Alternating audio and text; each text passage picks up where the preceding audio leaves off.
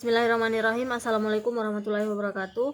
Perkenalkan, nama saya Darlianti, NIM 219111018, Program Studi Administrasi Pendidikan. Baiklah, untuk mengefisienkan waktu, di sini saya akan menjawab soal-soal final evaluasi supervisi kependidikan. Yang pertama, apa perbedaan antara supervisi akademik dan supervisi manajerial? Supervisi manajerial itu dilakukan untuk seluruh kegiatan teknisi sekolah, madrasah, sedangkan supervisi akademik lebih diarahkan pada peningkatan kualitas pembelajaran. Yang kedua, jelaskan domain kompetensi guru dalam penilaian kinerja. Yang pertama, kompetensi sosial. Kompetensi sosial berkaitan dengan keterampilan komunikasi, bersikap, dan berinteraksi secara umum, baik itu dengan peserta didik, sesama guru, tenaga kependidikan, orang tua siswa, hingga masyarakat secara luas. Yang kedua, kompetensi profesional adalah kemampuan atau keterampilan yang wajib dimiliki supaya tugas-tugas keguruan bisa diselesaikan dengan baik.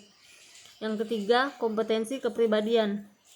Berkaitan dengan karakter personal, ada indikator yang mencerminkan kepribadian positif seorang guru, yaitu supel, sabar, disiplin, jujur, rendah hati, berwibawa, santun, empati, ikhlas, berakhlak mulia, bertindak sesuai norma sosial dan hukum.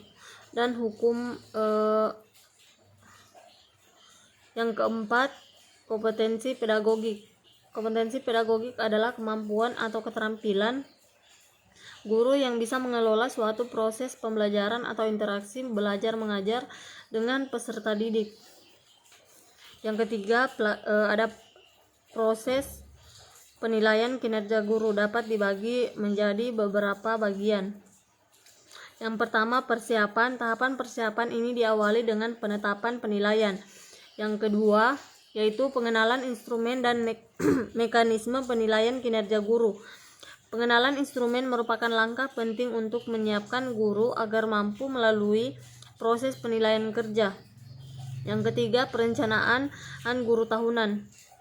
Perencanaan guru tahunan harus melalui persiapan oleh kepala sekolah dan koordinator, meliputi persiapan jadwal PKG, menyusun daftar menyangkut nilai, penilai dan guru yang dinilai, memberikan laporan kepada UPTD, kepala sekolah, dinas kabupaten, kota provinsi, menyediakan instrumen PKG dan sebagainya. Yang keempat, mengumpulkan fakta dan data. Mengumpulkan fakta dan data bisa dilakukan sebelum, saat, dan setelah PKG. Yang kelima, penilaian. Adapun tahapan penilaian dapat dilakukan sebagai berikut. Yang pertama, membuat klasifikasi antara fakta dan data berdasarkan indikator kompetensi. Yang kedua, membuat perbandingan antara fakta dan data. Yang ketiga, memberikan skor dan nilai. Yang keempat, meminta persetujuan hasil pada guru yang dinilai. Nah, proses yang terakhir yaitu pelaporan. Kegiatan pelaporan hasil PKG bisa dilakukan secara online atau offline. Yang keempat, jelaskan siklus supervisi pada slide ke-11. Nah, siklus supervisi pada slide ke-11 di sini yaitu yang pertama, kepala sekolah atau madrasah, program supervisi, pelaksanaan supervisi, dan yang terakhir evaluasi dan tindak lanjut.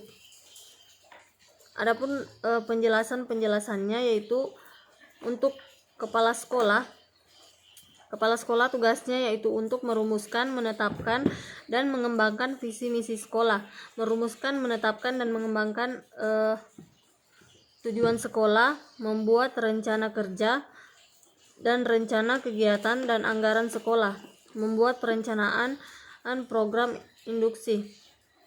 Adapun program supervisi yaitu rincian kegiatan yang akan dilakukan untuk memperbaiki dan meningkatkan mutu proses dan hasil belajar. Yang ketiga, pelaksanaan supervisi. Pelaksanaan supervisi yang dapat dibagi menjadi 4. Yang pertama, kegiatan perencanaan mengacu pada kegiatan identifikasi permasalahan. Yang kedua, permasalahan. Kegiatan permasalahan merupakan kegiatan nyata yang dilakukan untuk memperbaiki atau meningkatkan kemampuan pendidik. Yang keempat, yang ketiga evaluasi, yang keempat tindak lanjut. Nah, kemudian evaluasi dan tindak lanjut yaitu evaluasi pembelajaran sangat diperlukan karena dengan melakukan evaluasi, guru dapat mengetahui peningkatan atau penurunan akademik siswa dan mengukur sejauh mana siswa dapat menerima dengan baik. Nah, yang kelima, jelaskan jelaskan hubungan supervisi dan efektivitas sekolah menurut Blanford pada slide ke-9. Nah, pada slide ke-9 itu terdapat